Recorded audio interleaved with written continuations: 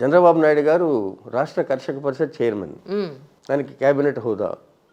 అంత క్రితం మరి చంద్రబాబు నాయుడు గారుగానే ఉన్నప్పుడు జనరల్ సెక్రటరీ టీడీపీగా ఉన్నప్పుడు నా దగ్గరికి వచ్చేవాడిని, కబుర్లు చెప్పుకున్నాం. ఇప్పటికీ మీరు very very cordial and friendly and complete trust in each other. ఈ సారా అమ్మకాలు ఉంటాయి కదా, ఆ పద్ధతి మారుస్తున్నారు, ఆ సిద్ధాంతం పాలసీ.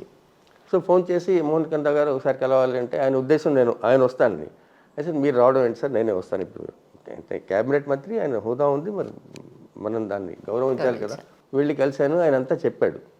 ఇది చాలా ఎంతో ది ప్రశంసనీయమైన పద్ధతి అది. ఎందుకంటే కాంట్రాక్టర్లకి ఒక ఉక్కు వచ్చేసింది ప్రభుత్వాల మీద. వాళ్ళు ప్రభుత్వాలు చేయడం, పడగొట్టడం అన్నీ చేయగలిగే పరిస్థితికి వచ్చారు. తమిళనాడులోను, ఇక్కడను, కర్ణాటకలో కూడా. సో అది ఎన్టీ రామారావు గారికి ఇటువంటివన్నీ తీసాను కానీ ఎవరికైనా భయం లేదు. ఆయనకి ఒక ప్రజల్లోనే నమ్మకం. ఎందుకంటే he was only chief minister directly elected by the people. అవునండి. ఆయన పేరు చూసి ఎవరికైనా వేశారు కానీ ఏ ఎమ్మెల్యే కూడా తన సొంత పేరు మీద నగలేదు. అప్పుడు ఎన్టీ రామారావు జెండాయే అది. సో ఆయనకి ఆ నమ్మకం ఉండేది. సరే అంతా విన్నా నేను చెప్పింది. ఇది నాకు భయం వేసిందండి. ఎందుకంటే మరి అప్పటికి నేను ఎక్సైజ్ కమిషనర్గా వచ్చాను. నేను నా డిపార్ట్మెంటు నేను చూస్తుండగా అది ఆ 450 కోట్లు రెవెన్యూ 300 పడిపోతుందని నాకు తోచింది. 150 కోట్లు అంటే ఆ రోజుల్లో చాలా పెద్ద మొత్తం. తర్వాత ఏంటి, అక్కడేమో కేంద్ర ప్రభుత్వం మరి వీళ్ళకి ఆపోజిట్ సైడ్.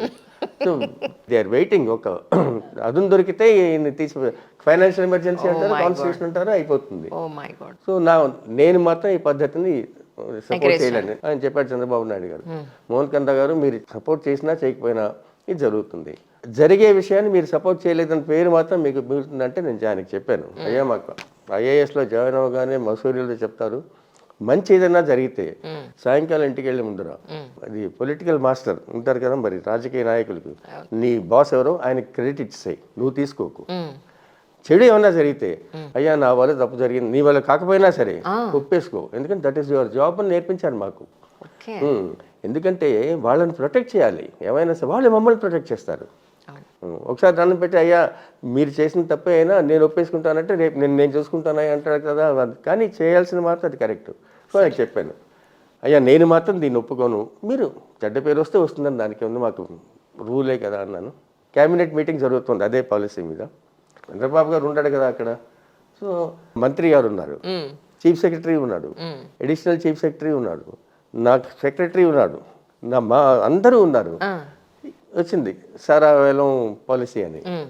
ఆయన ఎస్ ఎక్సైజ్ పాలసీ అన్నారు. ఎవరు మాట్లాడేది వీళ్ళు. సరే పేజీ తిబ్బవుతున్నారు, నేనేమో చేపెట్టాను.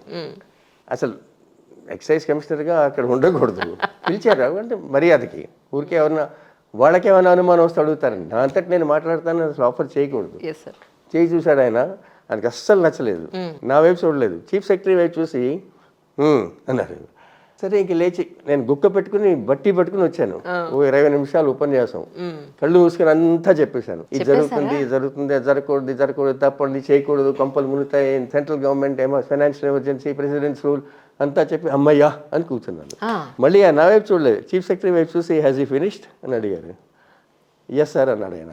అలాగనే ఓకే నెక్స్ట్ ఐటమ్ అన్నాడు. అంటే నువ్వు అడిగావు కదా, నీకు ఛాన్స్ ఇచ్చాను, నేను మాత్రం నీకు తెలుసుకున్నదే చేస్తాను. ఇప్పుడు జరిగింది ఏం జరిగింది సార్ ఫైనల్ గా? 150 కోట్లు తగ్గే బదులు 150 కోట్లు పెరిగింది. ఆయనే కరెక్ట్. నేను చేయాల్సింది నేను చేశాను, ఆయన చేసి. కానీ ఒకటి దీనివల్ల మనం నేర్చుకోవాల్సింది ఏంటి, మేము ఎంతైనా సరే జీతగాళ్ళం. ఆయన మమ్మల్ని అలాగే పిలిచేవాడు. we don't have the pulse of the people and we don't know what is good for the country as much as the politician knows. వాళ్ళకి ఫర్ ద ఫస్ట్ టైం నేను సంథింగ్ డిఫరెంట్ పాయింట్ వింటున్నాను sir. అంటే ఇప్పటివరకు నా perception ఎలా ఉందంటే, civil servant కి తెలిసినంత పొలిటీషియన్ తెలియదేమో అని. అది నాలెడ్జ్ అమ్మా. ఓకే, గట్ ఫీలింగ్ ఉండదు కదా ఎంతైనా. అల్టిమేట్లీ ఆ గట్ ఫీలింగ్ ఉండాలి. అది జనం మనకి చేసిన సపోర్ట్ వల్ల వచ్చే దానివల్ల వస్తుంది. అది మేమంతా ట్రైనింగ్ అది ఇవన్నీ లాభం లేదు. అది అది తర్వాత ఆయన సినిమాల్లో యాక్ట్ చేశాడు కదా, ఆయనకు తెలియని శాస్త్రం లేదు, ఆయనకు తెలియని నీతి లేదు, ఆయనకి కానీ దాన్ని ఎలా ప్రాక్టికల్గా అప్లై చేయాలో తెలియకపోవచ్చు. అది కొంచెం కానీ ఇటువంటి కొన్ని 1-2 సార్లు ఆయనతో మరి అయింది. తర్వాత ఆయన అమెరికా వెళ్తుంటే నాకు నచ్చలేదు. మీరు వచ్చి 4 నెలలైనా అవ్వలేదు అంటే ఆయనకు ఆపరేషన్ అది కూడా ఉంది కానీ వెళ్ళి రావచ్చు ఆయనకేంటి దానికి అదో లెక్క కానీ he wanted to convert it into an opportunity also typical of him. ఎవరైనా గుండె జబ్బుతో అదేదో బైపాస్కి వెళ్తూ ఇంకో 10 చేద్దామని అసలు సాహసం చేస్తారా? కానీ నాకేదంటే ఆ పార్ట్ నచ్చలేదు కానీ వెళ్ళిపోయాడు ఆయన. నేను చెప్పాను నాకు ఇష్టం లేదండి అని. సరే నా బదులు ఇంకొక ఆయన తీసుకున్నాడు ఎంతో వెళ్ళిపోయాడు. అప్పుడు కొంచెం ఆయనకి వెళ్తూ మోహన్ని నేను వచ్చేటప్పటికి ఫలానా చోట వింటా నాకు అస్సలు ఇష్టం లేని పోస్ట్ ఒకటి కానీ అక్కడ ఆయనకి మళ్ళీ ఐ వాజ్ కంప్లీట్లీ రాంగ్. 4 ఏళ్ళు రిజిస్ట్రార్ ఆఫ్ కోఆపరేటివ్స్గా ఉన్నాను, సింగిల్ విండో సిస్టమ్ ఇది అని చెప్పి నాకు లైఫ్లో అంత పేరు ఎప్పుడు రాలేదు మళ్ళీ. అంటే కొన్ని విషయాల్లో ఆయన కరెక్ట్. పొద్దున 4 గంటలకు ఫోన్ వచ్చేది. ఆవిడ వైపు ఉండేది ఫోను. ఆవిడ ఫోన్ తీసి అయితే అమ్మ ఒకసారి అతనికి మేలుకున్నాడా అన్నాడు. సరే ఇస్తే ఆ సొసైటీ వాళ్ళకి ఇచ్చేసాయి మోహన్ అని పెట్టేసేవాడు. సొసైటీ అంటే ఇవ్వడం ఏంటి అసలు ఏం పొద్దున్న 4 నిద్ర మొత్తం ఏం తెలుస్తుంది. తర్వాత వెళ్ళి వాళ్ళందరినీ అడుక్కుని బాబు 4 ఎవడు వచ్చాడు వాడు అడిగింది ఏంటి వాడి పేరేంటి వాడికి ఫోన్ చేసి అడిగింది అది కనుక్కొని చేసేవాళ్ళు. భలే ఇంట్రెస్టింగ్గా ఉంటుంది.